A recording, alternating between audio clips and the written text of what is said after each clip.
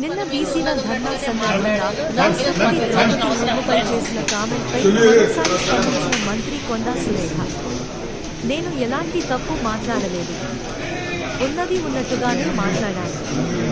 ఆ వ్యాఖ్యలపై స్పందించాల్సిన అవసరం లేదు. బీసీ ధర్నాలో మంత్రి కొండా సురేఖ చేసిన వ్యాఖ్యల బీజేపీ పార్టీ నాయకులు చేస్తున్న విష ప్రచారాన్ని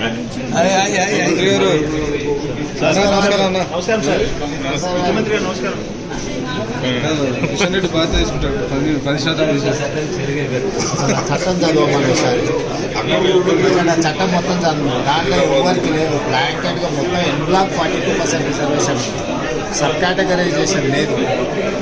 ఏబిసిడి గ్రూప్ అది ఎడ్యుకేషన్లోనే వస్తుంది. పొలిటికల్ రిజర్వేషన్ ఏబిసిడి గ్రూప్ లేదు.